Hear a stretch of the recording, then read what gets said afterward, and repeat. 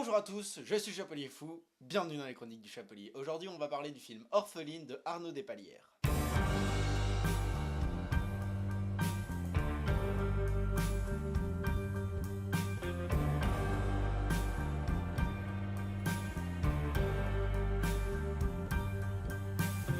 Orpheline, c'est un film qui accueille dans le rôle principal Adèle Haenel, Adèle Exarchopoulos, Solène Rigaud et Vega Kusitek. Grosso merdo, ça raconte l'histoire de la vie d'une femme qui a pas mal galéré et ça prend le parti de le raconter à l'envers, c'est-à-dire de la période la plus âgée à la période la plus jeune, en gros. On va pas se mentir, c'est pas dingue, de toute façon c'est pas mon style de film, mais même sans parler de goût et en essayant de rester le plus objectif possible, c'est vraiment pas dingue. Déjà, faut parler de la réal, qui pour être totalement honnête vaut pas grand chose, à la limite du carrément bof à certains moments. Et en plus, la narration est ultra mal branlée. C'est con parce que l'idée de raconter l'histoire à l'envers en remontant peu à peu le temps, à peu près ce qu'ils font en gros, bah c'était une bonne idée à la base, ça pouvait rendre un truc sympa. Mais ils ont complètement foiré avec des transitions toutes moisies qui se rajoutent à une réal bancale et un peu perdue qui en plus c'est pas du tout géré ses lumières. Il y a aussi le fait que, comme dans beaucoup de films d'auteur, il y a beaucoup de cul, il y en a vraiment pas mal et je suis pas sûr que ça soit totalement nécessaire. Mais bon, en général ils essayent quand même de pas en mettre trop et de toute façon c'est vraiment jamais du cul juste pour mettre du cul, donc bon.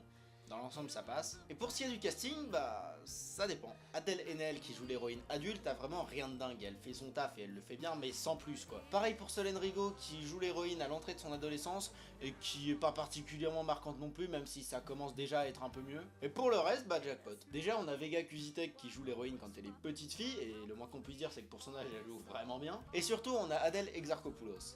Elle joue la jeune fille indépendante qui commence à se battre et à faire ce qu'il faut pour avoir ce qu'elle veut. Et j'adore cette actrice, tout simplement. Elle commence à prendre un peu de l'ampleur depuis quelques années et c'est vraiment génial parce que sans déconner, j'adore son jeu d'actrice et je la trouve super efficace dans tout ce qu'elle entreprend. Et sinon, tant qu'on est sur les actrices cool, on peut aussi parler de Gemma Arterton. Elle joue plus ou moins une amie de l'héroïne et je sais pas, il y a quelque chose de mystérieux dans le jeu de cette actrice, quelque chose d'intriguant. Et c'est vachement efficace, elle captive toute l'attention dès qu'elle arrive à l'écran, presque à chaque fois. Mais bon, ça suffit pas à sauver le reste du film qui reste assez chiant et relativement mal raconté, donc c'est dommage. C'est dommage parce que le concept était intéressant, ils avaient moyen de faire un truc vraiment génial, et ils ont quand même foiré. Mais bon, je suppose qu'on peut pas faire un carton à chaque fois. Donc de mon côté, je peux pas vraiment vous conseiller d'aller voir ce film, parce qu'à part les jeux d'acteurs, il n'y a pas grand chose à en tirer, mais voilà, je trouve ça quand même un peu dommage parce que j'en attendais quand même pas mal de ce film là. C'est tout pour cette chronique, si elle vous a plu n'hésitez pas à mettre un pouce bleu, si elle vous a pas plu n'hésitez pas à mettre un pouce rouge, si vous avez des avis à donner, des questions ou des interrogations mettez-les moi dans les commentaires juste en dessous de la vidéo, ça me fera super plaisir.